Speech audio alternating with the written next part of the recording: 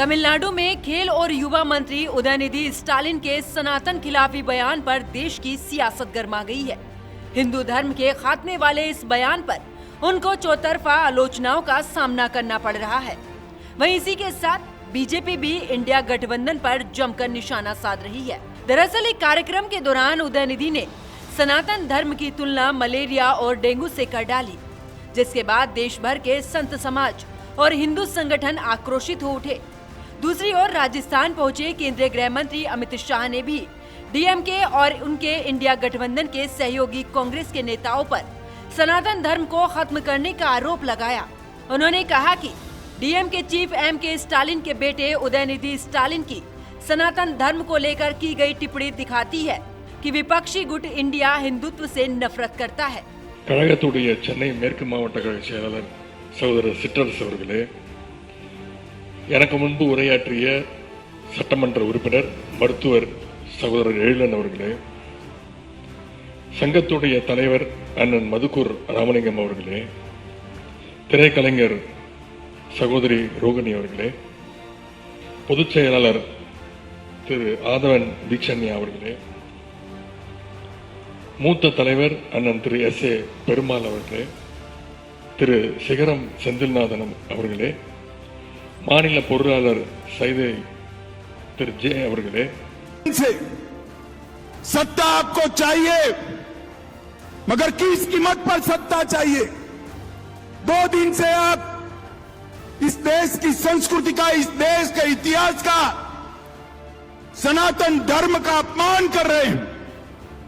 INDI alliance के 2 प्रमुख दल डीएमके और कांग्रेस पार्टी, इनके बड़े नेता, एक वित्त मंत्री का बेटा और एक मुख्यमंत्री का बेटा, वो कह रहे हैं सनातन धर्म को समाप्त कर देना चाहिए।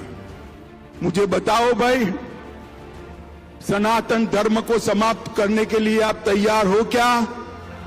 अरे जोर से बोलो, तैयार हो क्या? माताएं बहनें भी बोले तैयार है क्या? इन लोगों ने वोट बैंक की और तुष्टीकरण की राजनीति करने के लिए सनातन धर्म को समाप्त करने की बात की है। हमारी संस्कृति, हमारे इतिहास और सनातन धर्म का अपमान किया है। सीएम साहब के बेटे के इस बयान के बाद राजनीतिक दलों में ही रोष नहीं है, बल्कि अब कई साधु संत भी इसका विरोध कर रहे हैं। सनातन धर्म को खत्म करने वाली टिप्पणी पर विश्वविख्यात कथावाचक देवकीनंदन महाराज ने भी एक्स पर आलोचना की है। तमिलनाडु के जो मुख्यमंत्री उनके बेटे ने, जिसका नाम उदयनिधि है, उसने सनातन को डेंगू, मलेरिया, कोरोना, न जाने कौन कौन सी बीमारियों का नाम दिया है और ये भी कहा है कि इसको मिटा देना चाहिए। संवैधानिक पद पर रहने के बावजूद भी उस व्यक्ति ने ये बहुत घृणित कार्य किया है और ये सिर्फ सनातन का अपमान नहीं है, संविधान का अपमान है। संविधान में भीमराव अंबेडकर साहब का अपमान है। उसने ये हिम्मत की है और हम सभी सनातनी जितने भी संत महात्मा हैं उस चीज़ को बहुत उसकी घोर निंदा करते हैं और हम एक बात अवश्य चाहेंगे। पहली बात तो ये कि इस व्यक्ति को तुरंत संवैधानिक पद से इस्तीफा दे देना चाहिए, पहली बात। दूसरी बात, मैं इसे एक और क्वेश्चन करूंगा, अगर तुम्हें सनातन का साबी पता है तो मैं खुली चुनौती देता हूं तुम्हें टीवी डिबेट पे लाइव आओ। अगर तुम लाइव आ जाओ और हमें सनातन का अर्थ भी समझा दो ढंग से, 1 दिन का टाइम है तुम्हें, अभी से 24 घंटे का, आ जाओ लाइव में। तुम्हें सनातन पे 4 क्वेश्चन पूछूंगा, इसके सही जवाब दे देना, तो जो तुम कहोगे वो मैं करूंगा। और अगर ऐसा न करूं तो तुम पब्लिकली अपनी नाक रिगड़ के सनातनियों से क्षमा मांगोगे, सॉरी बोलोगे। दूसरी बात, मैं एक और निवेदन कर दूं, जो इंडिया ग्रुप बना है उसमें बहुत सारे ऐसे लोग हैं जो सनातन का सम्मान करने वाले लोग हैं। तो ऐसे व्यक्ति को, जिसके दादा ने सनातन का अपमान किया हो, जिसके पिता ने सनातन का अपमान किया हो, जो खुद भी सनातन धर्म उन्मूलन प्रोग्राम में जो गया हो, ऐसे व्यक्ति का साथ भी आप लोगों को दोष लगा देगा। रावण नहीं मिटा सका सनातन, कंस नहीं मिटा सका सनातन, शिशुपाल, दंतवक्र, हिरण्याक्ष, हिरण्यकश्यप नहीं मिटा सका सनातन। तो इन जैसे लोगों की क्या औकात है। हाँ, एक बात जरूर है, जिन्होंने सनातन मिटाना चाहा है रहा न कोई कुल रोब निहारा, राम विमुख अस हाल तुम्हारा। तो उसके कुल में क्या हाल हुआ है ये आपको आने वाले समय में बचेगा, पता चलेगा। हम बोल नहीं रहे, ठीक है ना। तो इसलिए सनातन का अपमान हिंदुस्तान कोई नहीं सहेगा। सभी सनातनियों से निवेदन है, चाहे आप जज हैं, वकील हैं, पत्रकार हैं, बिजनेसमैन हैं, एक्टर हैं, कथाकार हैं, डीएम हैं, एसपी हैं, जो हैं जहाँ हैं, आप सबको अपने सनातन के लिए आवाज उठानी पड़ेगी, अभी नहीं तो कभी नहीं। वहीं हिंदू महासभा के अध्यक्ष स्वामी चक्रपाणी ने भी उदयनिधि स्टालिन को आड़े हाथों लिया। उन्होंने कहा कि मंत्री को समझना चाहिए कि सनातन धर्म कोई टॉफी या बताशा नहीं है जो मुंह में डाला और गल गया। सनातन धर्म सदियों से अस्तित्व में है और रहेगा। उन्होंने कहा कि दुर्भाग्य की बात है कि जितने भी इंडिया गठबंधन से जुड़े लोग हैं वो पीएम मोदी के बजाय सनातन धर्म से लड़ रहे हैं। उनका उद्देश्य सनातन धर्म को खत्म करना है। उन्होंने कहा कि ये लड़ाई मोदी और इंडिया गठबंधन की नहीं है, ये लड़ाई अब विचारधाराओं और सुरासुर की हो गई है।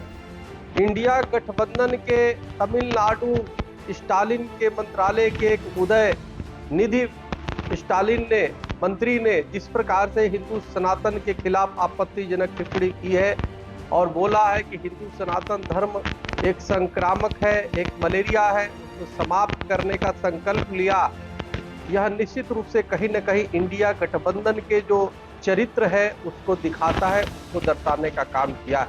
आप देखो, इनकी लड़ाई बीजेपी या जो मोदी जी से नहीं है, इनकी लड़ाई हिंदू सनातन धर्म से है, जिसने पूरे विश्व को वसुधैव कुटुंबकम कहा, जिस हिंदू सनातन ने पूरे विश्व को परिवार माना, उनकी लड़ाई इनसे है। तो इसलिए यह हिंदू सनातनी समझ ले, यह जो वर्तमान में इंडिया गठबंधन है वो आज वर्तमान में जो लड़ाई होगी राजनीतिक, वह सूर असुरों की लड़ाई होगी, क्योंकि हमेशा असुर चाहते थे कि हिंदू सनातन का नष्ट हो, कैसे सनातन परंपरा को नष्ट हो। और यूनान मिस्र रोमा सब मिट गए, जहाँ से कुछ बात है कि हस्ती मिटती नहीं। हमारी हिंदू सनातन हमेशा था, है और रहेगा, किसी के मिटाने से नहीं मिटेगा। इसी बयान को लेकर साध्वी प्राची ने भी निशाना साधते हुए कहा कि ये आटे और चावल के लोभ में बिकने वाले क्या जाने सनातन धर्म के बारे में। केंद्र सरकार से मांग है कि सनातन धर्म का अपमान करने वाले उदयनिधि स्टालिन को तुरंत गिरफ्तार किया जाए। आइए आपको सुनवाते हैं क्या कहा है साध्वी प्राची ने।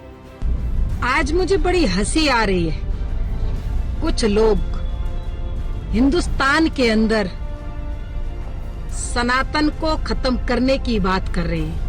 मुझे बड़ा अफसोस हो रहा है, वो लोग कर रहे हैं जो लोग आटे में बिक जाते हैं, एक बोरी चावल में बिक जाते हैं, जिनका कोई दीन ईमान नहीं होता।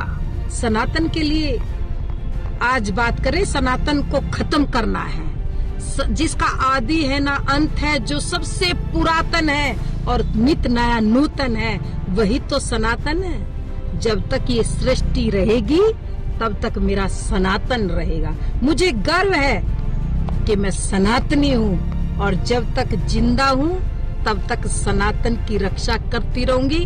और हिंदुस्तान के अंदर इन गद्दारों की जल्दी से जल्दी गिरफ्तारी होनी चाहिए और इन पर कड़ी से कड़ी कार्रवाई होनी चाहिए। लेकिन हैरान करने वाली बात ये है कि इंडिया गठबंधन ने इस पूरे मामले पर आखिरकार क्यों चुप्पी साध रखी है। Bureau report, news watch India.